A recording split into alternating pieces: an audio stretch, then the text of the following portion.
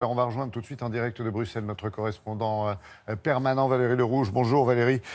Pourquoi Bruxelles? Bien tout simplement parce que Bonjour Laurent. les médias belges sont quasiment autant mobilisés que nous ce matin sur la disparition de Johnny Hallyday. Tout simplement parce que c'était un enfant du pays.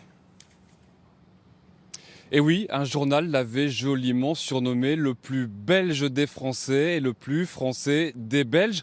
Alors il y a d'abord un lien de sang. Son père, Léon Smet, était belge. Il a vécu en grande partie ici à Bruxelles. Il évoluait dans le milieu artistique, un peu marginal également.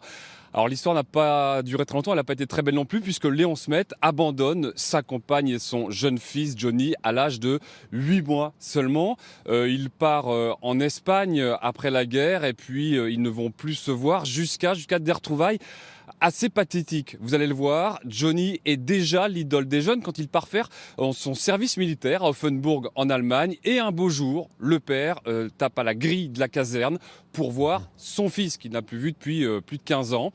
Johnny vient le voir et puis il découvrira plus tard eh bien que c'était rien, il n'y avait rien de spontané dans ces retrouvailles. En fait, ça avait été organisé par des paparazzis qui voulaient immortaliser ces retrouvailles et par l'armée. Johnny en avait gardé un souvenir très amer. Ils ne se sont plus vus pendant des années. Le père est devenu alcoolique, un peu SDF. Johnny a tenté de l'aider plus tard. Il l'a installé à Paris, l'a rhabillé de la tête aux pieds avant que le père revende tout ce que Johnny lui avait donné. Ils ont coupé les ponts jusqu'à la mort de Léon Smet. C'était en 1989. Il est enterré pas très loin d'ici, à Schaerbeek. Valérie, un père belge, c'était sa seule attache avec la Belgique, avec le pays? Non, alors sa belgitude, comme on dit ici, la doit aussi à 3 femmes belges.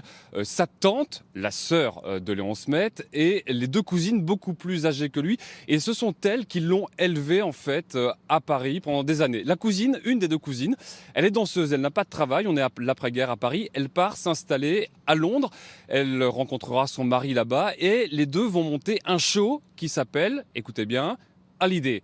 Et c'est de là que vient le nom de scène de Johnny Hallyday. Alors, la dernière étape de la belgitude, entre guillemets, c'est aussi le premier concert de Johnny Hallyday sous ce nom-là. C'était à Namur. Alors, Johnny vient de signer avec la maison de disques Vogue, qui va venir fournir, entre guillemets, 4 de ses artistes pour un show radio. Donc, à Namur, il y a par exemple Jean-Jacques Debout et un certain Johnny Hallyday qui va chanter juste une chanson. Ce sera son tout premier concert sous le nom de Johnny Hallyday.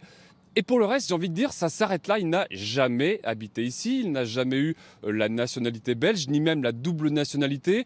Il a bien été tenté de la prendre pour des raisons fiscales en l'an 2000, mais il y a renoncé. Pour autant, il a toujours dit qu'il avait une profonde tendresse avec la Belgique, et les Belges lui rendent bien. Il l'aime beaucoup aussi, cet artiste. Merci beaucoup pour ce témoignage et ces informations. Merci Valérie, passez une bonne journée à Bruxelles.